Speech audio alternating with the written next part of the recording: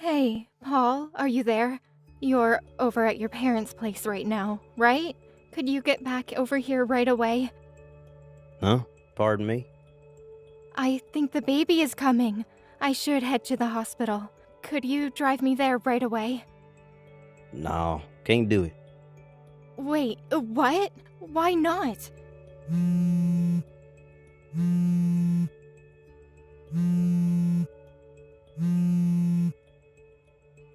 Would you just stop?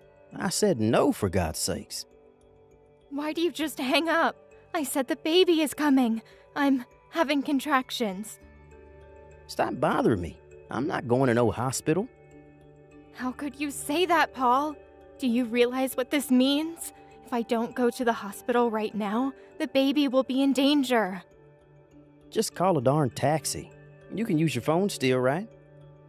Call a cab? Are you serious? It's your child that's about to be born. How could you even say that? Why are you being so cold? I can't do this alone. Paul, I need someone by my side.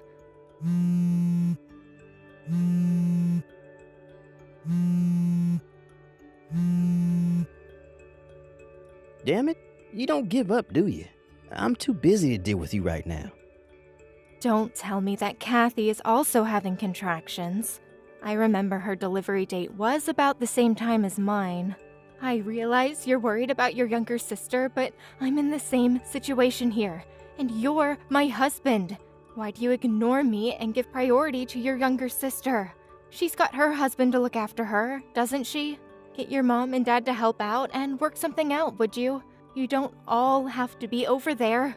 I mean, use common sense, Paul. This is nuts. I said no way. Call a cab. Paul, you stole my purse, didn't you?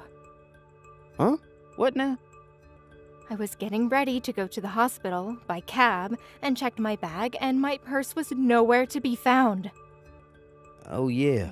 I was on my way to take Kathy to the hospital, and I realized I didn't have any money for a cab. So you took my money? Are you serious? Now, how the heck am I supposed to get to the hospital? Get this through your thick skull, Trish. I'm not going to the hospital for you. I made up my mind a long time ago that if Kathy's baby came the same time as yours, I would give her priority over you. You cannot be serious. What's wrong with giving your family members priority over a stranger? You had the gall to have your baby at the same time as her. You have no right to be griping on and on about this, so give it up. Paul, I think I'm going into labor. The water.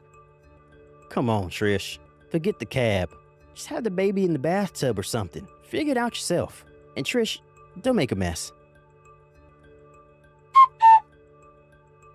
Paul, Trish here. It was a boy.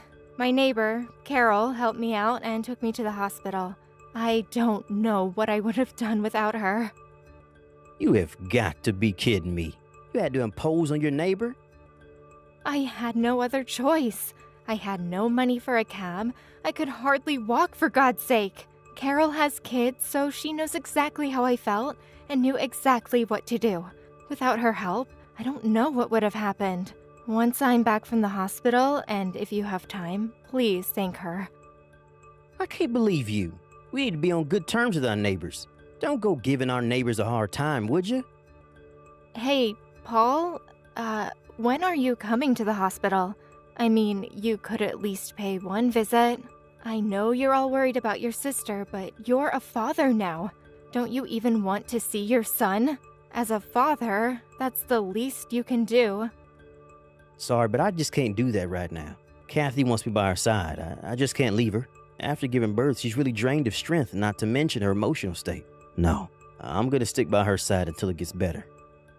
By the way, where the hell is Kathy's husband? Shouldn't he be there? Pardon me? I know she's there at your parents' place, but she lives just down the street. Shouldn't her husband be there by now? Shouldn't he be the one by her side? Oh yeah, didn't I tell you? Guess not. She got divorced about a month ago. Wait, what? She got divorced? It seems that jerk was impotent, which meant that the kid wasn't his. Am I hearing you right? That's crazy. Well, it is what it is. So letting her have a kid all alone with nobody to rely on, it just seemed cruel, you know? As her big brother, I made up my mind to comfort her any way I could. Hold on a second. I heard that Kathy was in the VIP room at this very hospital. Is that true?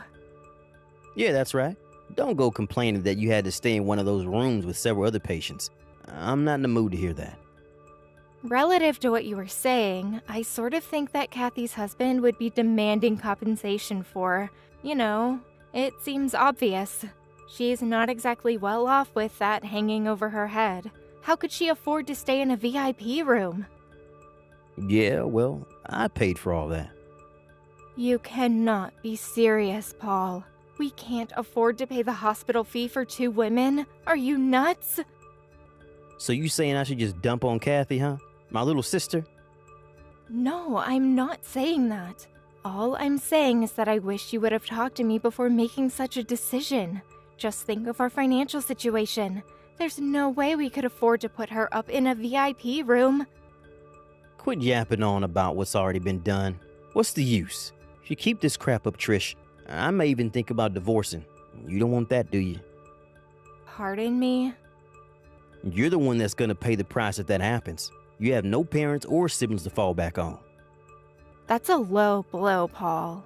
Even for you. Anyway, why'd you even have to get pregnant? Just my little sister was plenty. We don't need any more kids in this world. This whole mess is all your fault. Why'd you have to go and get pregnant? What you just said, I hope you don't regret it. All a wife has to do is obey her husband. Can you at least do that? Kathy just woke up. Let's cut this short, shall we? See ya. Hey Trish, how are you? Congratulations. Thanks for giving us a grandson. Dad, wow, it's been so long. How have you been? Yeah, not bad. Sorry to contact you out of the blue like this. I got your line ID from your friend Carol, your neighbor. Nice girl, by the way. Yeah, she's great. She told me all about it. She's the one that got in contact with you, right? Yes, that's right. It was by pure chance that I was told about your situation. Chance? You talked to Carol about me before, right? Come to think of it, I did mention you when we were talking about family. With the baby coming and all. Well, she remembered my name and it apparently rang a bell, so she checked me out. And it turned out that I was the president of the company she was working for. She couldn't believe it at first, but she verified the family ties and got in contact with me through the company intranet system. Whoa, wait, back up. You're the president of a company now? Yes, but it's only happened about 2 weeks ago. I'm really sorry I didn't contact you for so long. As you know, Mom and I divorced some time back. Fortunately, it was amicable. The main reason we got supported was basically because we were both workaholics, lol. After the divorce, I went overseas on business for almost 3 months, and we sort of lost touch. I didn't know she passed away until Carol told me about it. I felt terrible. I see. I had no idea. I really wish I was here. Maybe I should have stayed married to her, just separated. You don't have to feel guilt over that. Mom knew how busy you were and how much your work meant to you. Knowing Mom, that's probably why she didn't contact you. She's always sent me financial support through the years and insisted that I give you enough breathing space so you can work to your heart's desire. That's heartening to hear. Thanks for that, Trish. By the way, your husband, Paul, was it? Huh? Yeah, that's right. What do you plan on doing going forward? Do? What do you mean? I heard the whole situation from Carol, so you don't need to hold anything back. Tell me how you honestly feel. Right. I suppose I'm leaning toward divorce. He gives his younger sister priority over me and the verbal abuse that I get. To be honest, I worry about our future together. Fortunately, I plan to return to work once I'm back on my feet. My company is pretty understanding when it comes to maternity leave. When I think about that, divorce seems the better option. Okay, I understand. Then why don't we do this? Give me a bit of time to verify a few things. Verify a few things? Like what? When do you get released from the hospital? Well, if all goes well, I should be out of here by next Wednesday. All right then. I'll contact you by then and we can work things out. Be patient, okay? Not sure what you're up to, Dad, but yeah, okay. Hey, Trish, are you there? Is that true about your dad? Is this some kind of joke? You never told me he was the president of that major corporation. Why didn't you mention this before we got married? How could you leave out such an important piece of information? Are you totally daft, Trish? He contacted me just last week. It was the first time I heard he was the president of that company. I had no idea. He was working overseas for the past 3 months and just returned last week, and was promoted to president on his return. If your father is the president of that major corporation, well, that means you're the daughter of a big shot. You're like a VIP or whatever. Yeah, well, this only happened 2 weeks ago, so I was never a VIP or socialite or whatever. But you are the daughter of a company president. That's a fact. What the hell is going on here? If I had known this earlier, I would have... This is not happening. Hey, Paul, are you upset about something? You're acting real weird. Yeah, I'm upset. How can I not be? Your father is a big investor in our company, and I mean one of the biggest. Really, I didn't have a clue. And his company is one of our top clients. One move, and he has the power to even bankrupt us. Seriously, this is the first I'm hearing about this. You never mentioned your work stuff to me, so how would I know, right?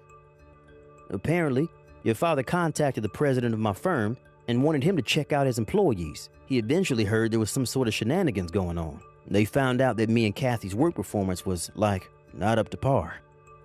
I'm just assuming here, but I bet you guys were forcing others to do your job and taking time off when you weren't permitted to.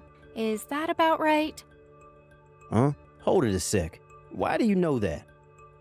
Again, I'm just assuming, but considering your attitude toward everything, and this goes for your sister too, it just seemed like the logical thing you guys would do. You sound like you're enjoying this, like it's just some casual conversation or something. You realize that both Kathy and I have been transferred? And get this, we're not being transferred to the same location either. Roger that. Don't go screwing up this time, Paul. Roger, what? The hell do you think you are anyways? It was all your fault that we ended up in this predicament. What are you going to do about it? I went to your father's office and had a meeting with him. I got down on my hands and knees begging him to reconsider, but your father just ignored me. This whole thing wouldn't have happened if you had just told me about your father and not kept it a secret. How could you be so devious? If you'd only warned us, we'd have been able to be more careful at work. Like I said, I haven't seen my dad in a while, and I only learned of this like 2 weeks ago. How am I supposed to tell you when I didn't even know? And for your information, I had no connection to your job. You never told me anything about where you and Kathy worked or what you did. Yeah, so maybe it was my father who checked up on your work performance. But it was you guys who abused your position.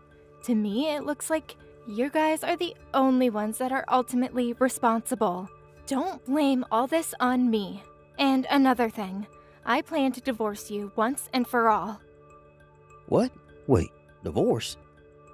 My father introduced me to a lawyer, so he'll probably be paying you a visit sometime soon. So I would appreciate it if you would sign it. Trish, come on. You don't want to do this. In addition, I plan to demand compensation for emotional distress that you caused all these years, especially when our baby was born. Any court will rule in my favor. Oh, and I will be demanding the proper child support for our son. We mustn't forget that. No, you can't do this. I have a lot on my plate now. I have to pay for Kathy's stuff, and getting pushed out and transferred to some branch office somewhere means a reduction in pay. Taking money from me now? Your timing is impeccable, Trish. Take money, huh? Isn't that what you did to me? When I went into labor, you stole my purse. Didn't you take money from me then? You left me there to suffer in pain because I had no money for a cab. If Carol hadn't been there to help, I could have died. I need the money to take Kathy to the hospital. What can I say? That's your problem, Paul. That behavior, that thought process, Whatever you want to call it, that's what's screwed about you. But the fact remains that I don't have any money. Looks like this is going to go on into an endless loop, so let's cut it short. But... Oh yeah, one more thing. You and Kathy probably didn't realize this, but your mom and dad are both on my side with this. Pardon me? When Kathy went into labor, your folks went straight to the hospital with her, as any parent would. They only found out that I was all alone at the hospital was when they got home that night. They were furious for the way you acted towards your wife. They apologized profusely. Your mom was on the verge of tears. I ended up comforting her. They were overjoyed that I had reunited with my father and agreed to the divorce without complaint. Are you really serious? From now on, I want you to go through my lawyer. Anything you need, just contact them. Please don't contact me directly anymore. You got that, Paul? Trish, you can't do this. Goodbye. My son and I moved into my father's spacious condo downtown. On the day I was to be released from the hospital, my in-laws helped me escape without Paul or Kathy getting wind of it. They also helped in convincing Paul into agreeing to a one-time payment for damages and for child support. In return, I promised them that I would allow them to visit their grandson on occasion. I made sure I no longer had any contact with either Paul or his sister Kathy.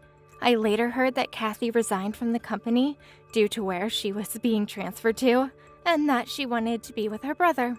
She blamed Paul for their downfall and insisted that her big brother take care of her as she stayed home with her child. That brother and sister relationship is a bit too bizarre for me. I heard the three of them went living at Paul's apartment somewhere up north. Most of the neighbors think that they are a family. I find it hard to believe that they even have any friends.